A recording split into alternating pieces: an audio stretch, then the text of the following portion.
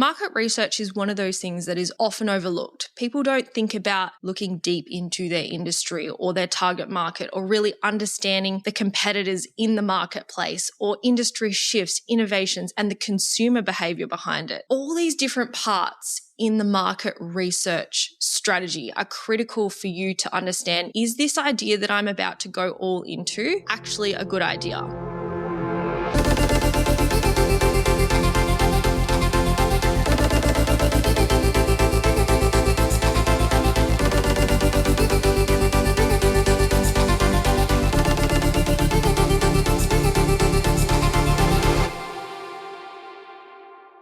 Hello and welcome back to another episode on the Beauty Industry Leaders podcast.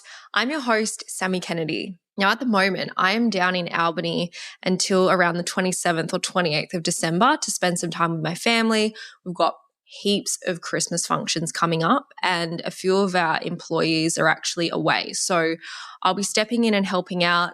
I've also got a few client calls in between. We're planning for the retreat still, just with getting all the slides and presentations together. All the merch has been ordered and should be arriving soon.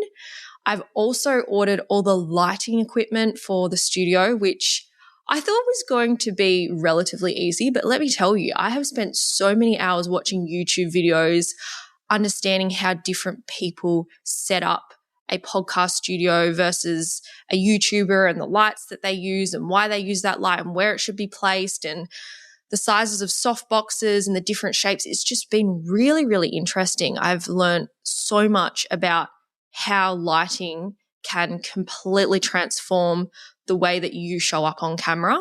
And it's kind of ironic because right now I've just got to make do. I am currently sitting in the granny flat of our house trying to record this episode because I've just had so many things going on. I haven't had a moment to actually just stop and get set up and record. And as you know, when I have to rearrange my entire apartment, it just creates this whole barrier to resistance. So I am very excited to have the podcast studio.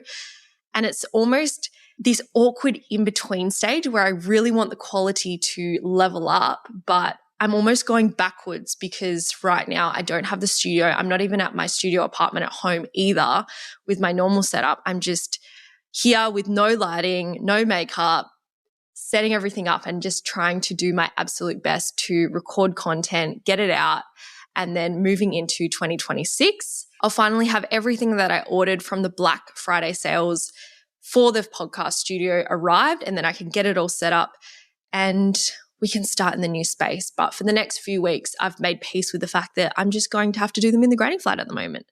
Now, behind the scenes, we have got some incredible guests lined up for 2026. I've just been pitching to a few different people. I've had some amazing people reach out. It's been a really cool time. And I honestly do believe that when you level up and you're creating a whole experience or a community, people naturally want to get involved. And the opportunities that have come from making this investment in the podcast studio have been 100% worth it. It's been a huge investment. I thought doing a podcast studio would maybe cost like $2,000 to $3,000 if we could.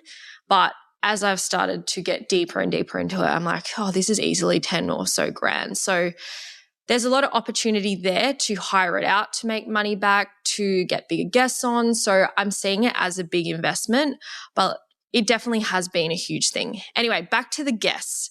So I've been pitching to some guests. I've had some people reach out. So far for next year's lineup, we have a hair extension e-commerce brand that scaled from 0 to 1 mil in 12 months, featured on Shark Tank and was offered $200,000 for 20% equity by Davey Fogarty, the founder of Oodie. I've got a CEO who has pivoted, innovated, and shaped the future of the Australian beauty industry over the last 15 years through her cosmetical brands. I have an ex-corporate brand strategist that has worked with 150 plus businesses in the last 2 years, transforming them into 7-figure brands. I've also had a meeting recently and got the #1 crowdfunding agency in Australia that's raised over $50 million through smart strategy, targeted reach, and tangible results as a digital advertising agency. And I also have an accountant working at one of the leading finance broker companies in Australia, sharing insights around loaning money, repaying debt, and building assets. So when I'm thinking about the vision for beauty industry leaders, I'm not necessarily thinking about just service-based business owners anymore. I'm thinking, who are the different experts that I can get in? Who are the people that I have met within my own network and learned so much from? And I want to bring them onto the podcast so that you can also see how their mind works and what strategies and tips that they can share with you that can really help you grow your business. So today, what we are doing is we are building on last week's episode, which was part 1 of the marketing series, where we spoke about all things to do with market research. Market research is one of those things that is often overlooked. People don't think about looking deep into their industry or their target market, or really understanding the competitors in the marketplace or industry shifts, innovations, and the consumer behavior behind it. They're not looking for market validation. They're relying on that feeling of, oh, this feels like a good idea. I'm just going to go for it. And also the other things around financial feasibility and profit potential. We've got location, demand. Is there market saturation? Are we testing the idea before you scale it? All these different parts in the market research strategy are critical for you to understand, is this idea that I'm about to go all into actually a good idea? And when we saw these businesses come to life, it was really interesting to see how the community actually responded. Were customers interested? Were they willing to pay? How often did they come back? And some of it, you're not always going to know if it's some crazy new innovative idea, but if there are people who have done it before you, you can find that data. And I think when you understand all of it, you're able to make informed decisions and set your business model up or create a strategy in a way that overcomes these challenges that you're going to potentially face. So that is the whole of part 1. Now, part 2 of the marketing series is all about what your clients actually want versus what you think they want. And time again, it's really easy for us to get caught up in, these are all the features, these are all the things that they're going to love. And when we look at our marketing strategy or we look at the conversations we're having with clients, they're completely checked out because they aren't even aware of why they would want it. They can't even relate to the problem that this certain product or feature will solve for them. And so we're going to take it back. All of this is groundwork, setting you up for a successful campaign. And so today, we're going to cover 2 main things, one being your target market, and then the second thing being your ideal client. Your biggest marketing problem isn't the algorithm, it's not your content, and it's not that the market is too saturated. It's that you don't actually know who you're speaking to most of the time. And when you don't know your ideal client on a deep psychological level, here's exactly what happens. You end up filling your books with the wrong people. Not the clients who value what you do, but the ones who want cheap top-ups, same-day appointments, or treatments that aren't even suited to their goals or their expectations. Your calendar looks full, but your revenue doesn't reflect it. You attract people who don't value quality work or your experience. The ones who question every price, every step in the treatment, and every recommendation. They want brow symmetry on a budget, lash retention without aftercare, and glass skin from a single facial. Your content starts blending in with every other salon in your area. You're posting before and afters because you feel like you should, but your dream client scrolls past because nothing about what you're saying makes them think, oh my gosh, this is me. Your treatment menu gets bigger instead of better. Because you're trying to appeal to everyone. You offer everything. Facials, lashes, brows, peels, add-ons, specials. You become a generalist, not a specialist. And specialists are who people pay more for. Your pricing becomes a reflection of your uncertainty, not your value. And when you don't know who you're serving, you stay cheap because you're scared to lose the clients you do have, even though they were never your ideal clients in the first place.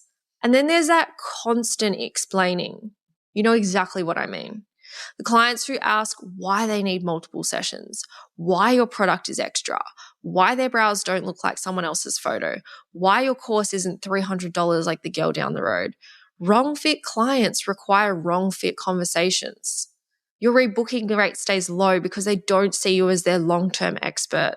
They see you as a one-off service. And if you're an educator, this one will hit home. When you don't know your ideal student, you attract the uncommitted ones, the ones who don't practice, the ones who complain that the training was too hard, the ones who expect mastery after one day, the ones who damage your reputation because they weren't the right fit from day one. This isn't the hidden cost of not understanding your ideal client. It affects your confidence, your cash flow, your energy, your retention, your pricing, your growth, and your scalability. You can't scale a business when your target is blurry. But once you know exactly who you're speaking to, everything starts to change. Your content lands, your branding makes sense, your offers hit harder, your rebooking rate climbs, your pricing finally matches your expertise, and you stop feeling like you're shouting into the void.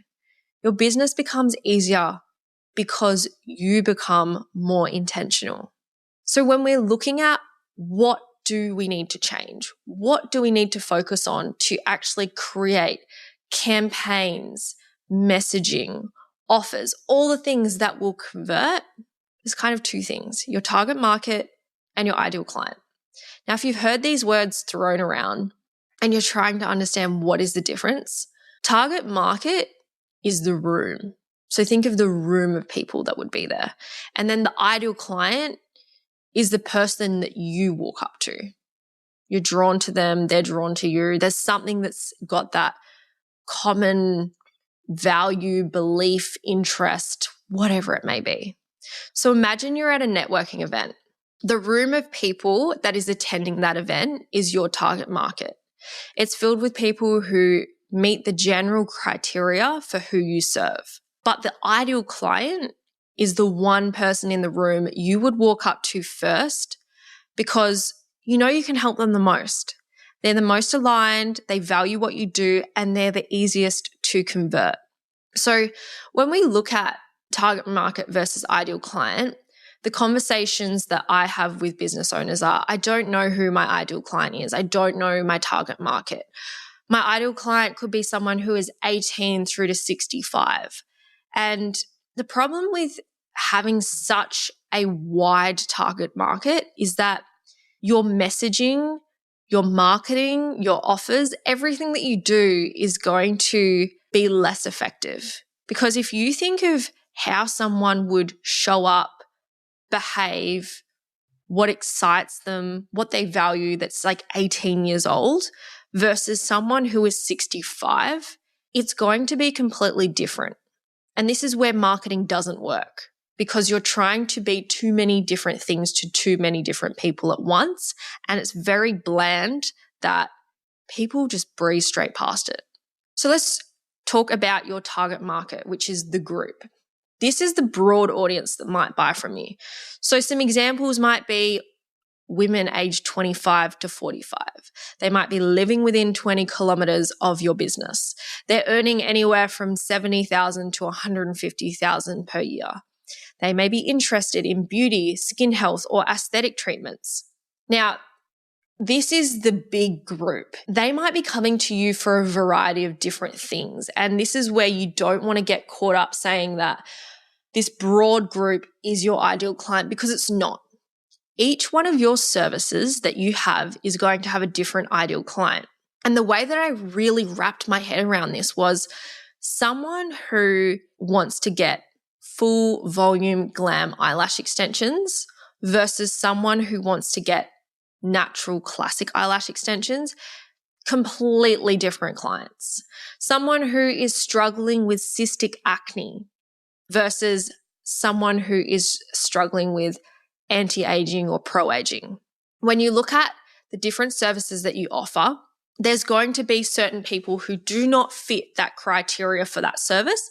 And there's going to be other people who you sit there and go, wow, this is exactly who is going to benefit the most from this service.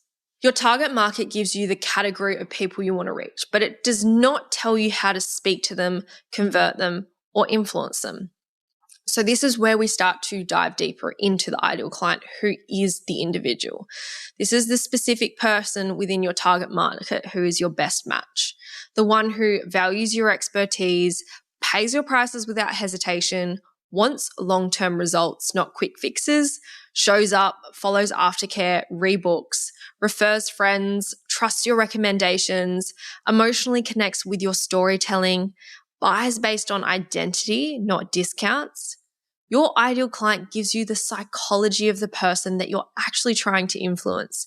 And this is where the conversion happens. So why does the difference actually matter in marketing? Most businesses market to their target market, which is why their content is generic, bland, and ineffective.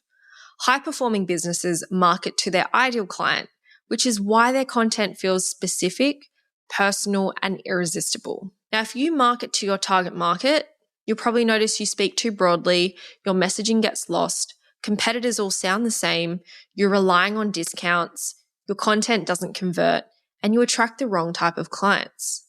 But if you make that shift and you're marketing to your ideal client, you speak directly to their thoughts. Your content feels personalized. Your offers feel like they were made for them. You attract clients who value your work. You charge premium prices. Your rebooking, referrals, and retention skyrocket. And so I want to walk you through 2 activities today. One will be about the deep dive target market discovery exercise. So when you're trying to figure out who is my target market, we like to use this 5-bucket framework in beauty. I like to use the 5 buckets framework in beauty industry leaders, which is how I walk through around 43 different questions that help me understand my target market better than 99% of businesses. Now, this is something I work with all my one-on-one clients on. We are able to tap into ChatGPT as well to help with the market research elements. And it's been an incredibly powerful strategy that breaks that overwhelm and creates so much clarity. So the first bucket of understanding our target market is firstly knowing who they are. So choose one type of person your business is built to serve. What you want to answer is, what age range are they? What gender? What job do they have? What income bracket are they in? What is their education level? Are they in debt? Do they rent or own their own home? Where are they located? Are they single, partnered, or parents? Do they make their own buying decisions, or is someone else involved? Now, what this will do is give you a clear demographic and lifestyle picture. Then we move into our second bucket, which is what they feel. So this is the emotional and psychological layer. And this is where your marketing becomes so much more powerful. I like to get clear on what keeps them awake at night. What are they most worried about? What are they insecure about? What are they secretly terrified of? What do they feel guilty about? What makes them angry? Who are they angry at? Who are they blaming? What frustrates them daily? What feelings do they have when they find you online? Now, this bucket reveals the emotions that drive the buying decisions. Then we move into bucket 3, which is what they actually want. This is the desires, the cravings, and the identity goals. So, what do they secretly want more than anything? What do they fantasize about having? What recognition do they crave? Who do they want to impress? What is their dream outcome? What values do they live by? This is the fuel for your messaging and your marketing hooks. And then we move into the 4th bucket, which is what they're currently doing, their behavior, habits, and consumption patterns. So what movies, TV shows, or creators do they love? What books do they read? What slang do they use? What products do they already buy? What other services do they invest in? Where do they hang out online? Do they follow certain influencers or celebrities? Do they lurk in Facebook groups or forums? What do they complain about to friends over drinks? What do they do for fun? This bucket helps you speak in their language and meets them where they already are. And the 5th and final bucket is what they're struggling with. These are the practical problems that they need solved by you. So what is their most urgent crisis right now? What mistakes are they making that you can help fix? What problem are they trying to solve when they Google you? Are they ready to buy, or are they just researching? Who else is selling to them? How are they currently trying to solve their problem? This bucket reveals how to position yourself and why they should choose you. Now, what you can do once you've collected all of this data and answered all these questions about your target market is you can turn it into a target market statement. So you can say, my target market is group, aged X to Y, located in place, who are struggling with biggest pain, desire, what their core goal is, and are motivated by whatever the emotional drivers are for them.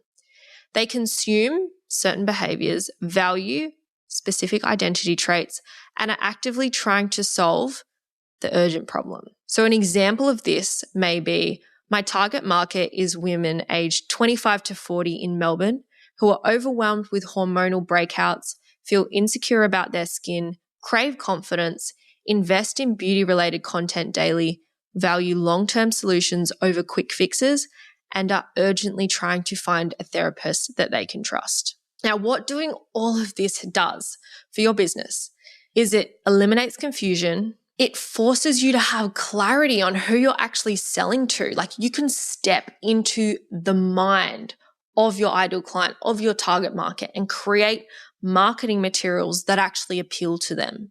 You're not doing this surface level chat GPT, oh my gosh, wow, looks so amazing messaging. You're able to know exactly what is keeping them up at night. What do they really want? What do they value? What are they currently frustrated about? How can I create solutions that make their life easier? It reveals the emotional drivers that actually trigger buying decisions for them. And it gives you a target market that is crystal clear, memorable, and actionable. So take some time and get clear on who is your target market. Who are the group of people that are buying from you? Because then we go one step deeper. And this is my ideal client mapping method. It's a signature process for identifying the exact person each offer I have is designed for. Now, when you're mapping out your ideal client, you don't just guess. You diagnose. You take each service you offer and you break it down through 5 psychological dimensions. Now, here is how the process works. So I want you to write down, what is one service or product or offer that you have in your business? Now, the first part is identifying the challenges, fears, and frustrations. So a question I ask myself is, what is this person struggling with right now that pushes them to even look for this service? So challenges are the problems or things that keep happening that they just can't solve. Fears are what they're afraid of will get worse if they don't take action.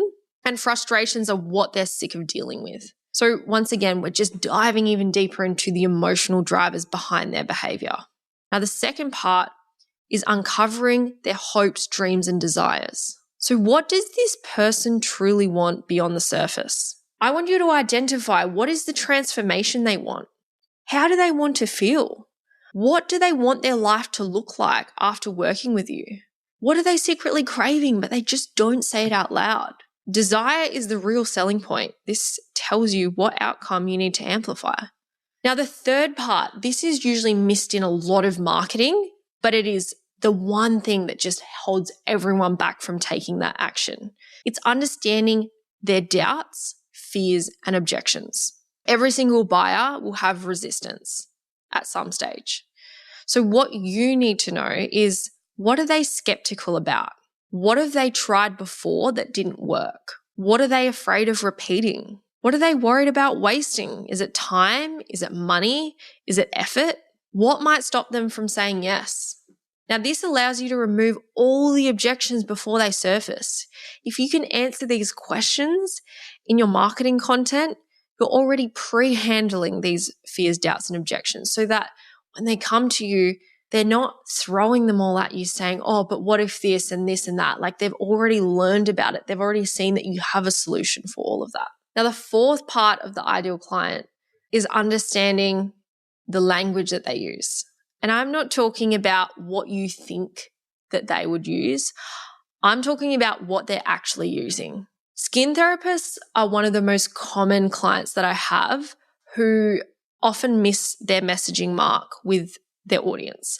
And the reason being is, when you invest so much time in becoming a professional at what you do, there's a specific terminology that you start to use. There's special terms that may be more familiar to a skin therapist, but not necessarily familiar to the average person. And look, I did this too. I remember when I did lashes, I would be captioning my photos 0.05, 5D C curl lashes. And for the average person, they don't even know what that means. They don't even know the difference between classic, hybrid, and volume, let alone the specific type of lashes I may be using. And so if you want to connect with your ideal client, you should be asking yourself, how do they talk about their problem? What words do they use to describe the outcome they want? Now, you can find direct quotes from conversations that you've had in the DMs. You could look for reviews or feedback that you've received, words that they use emotionally, not clinically, and how they summarize their experience. As some pure gold in consultation forms, if you have these in your business, when you ask them to describe what is the current problem or challenge or the goals that they're wanting, those words that they're using to describe it, that is what you should be using in your marketing, because chances are that if you're seeing other people use that type of language, is it going to technically be correct in the eyes of a skin therapist or a beauty professional? Maybe not. But guess what? It definitely will make sense to the majority of people who don't know how to describe something in the skin world of terminology and perfect words. So what I want you to think about is, what is the language that my ideal client is actually using? Because your marketing will convert instantly when you speak in their native language, not industry jargon. Now, the last part of my ideal client is identifying where they are on their buyer awareness journey. Now, this is where most businesses get it wrong. I have spoken about this in a fair few podcast episodes. When we look at the larger market formula by Sabri Suby, we've got to think of it like a triangle. And up the top, only 3% of people are actually ready to buy right now. And so the other 97% of the market, that is where the money is made, because all your competitors, they're fighting in that saturated market to convert the very few who are ready to buy right now. But if you can convert the other 97% of people who aren't problem aware, like they don't realize that the root cause of their problem, and they don't think it's fixable. You've got other people who are problem aware, like they know something is wrong, but they don't understand the solution. Or you've got someone who is solution aware and they're in that information gathering mode. They're researching, comparing, analyzing, and collecting information, but they're still not ready to buy yet. And so if you can make the not problem aware, the problem aware, and the information gathering mode groups of people go through this journey of understanding what their problem is, how they can solve it, what the benefits are, what makes you different from everyone else, you're going to start seeing a huge shift in your conversions from your audience being just followers to actually becoming paying clients. So once you've completed all 5 dimensions for a single service, you'll know who the service is perfect for, what emotional drivers matters most, what motivates them to book, what objections must be addressed, what messaging converts, what content pulls them in, whether they are early or late stage buyers, and how to position your offer clearly and persuasively. Now, this isn't surface level ideal client work. This is deep consumer psychology. This will help you make your marketing feel personalized, intentional, and high converting. So, if there's one thing I want you to walk away with today, it's this. Your marketing is not missing the mark because you're not posting enough, or because the algorithm hates you, or because your city is oversaturated. It's likely missing the mark because you're speaking to a crowd instead of speaking to a person. So remember, your target market is the room, but your ideal client is the one person you walk up to because you know you can help them the most. And when you finally understand who that person is, everything will start to shift for you. Your content will become clearer, your brand will become stronger, your offers will land deeper, and the right clients will start coming to you instead of you having to chase them. Today, you learned exactly how to figure out who's in your room, and you learned the frameworks that the top performing beauty, skin, aesthetic, and educational businesses use to get inside their clients' heads without ever needing to guess. We went through the 5 buckets framework, which helps you understand your target market better than 99% of businesses.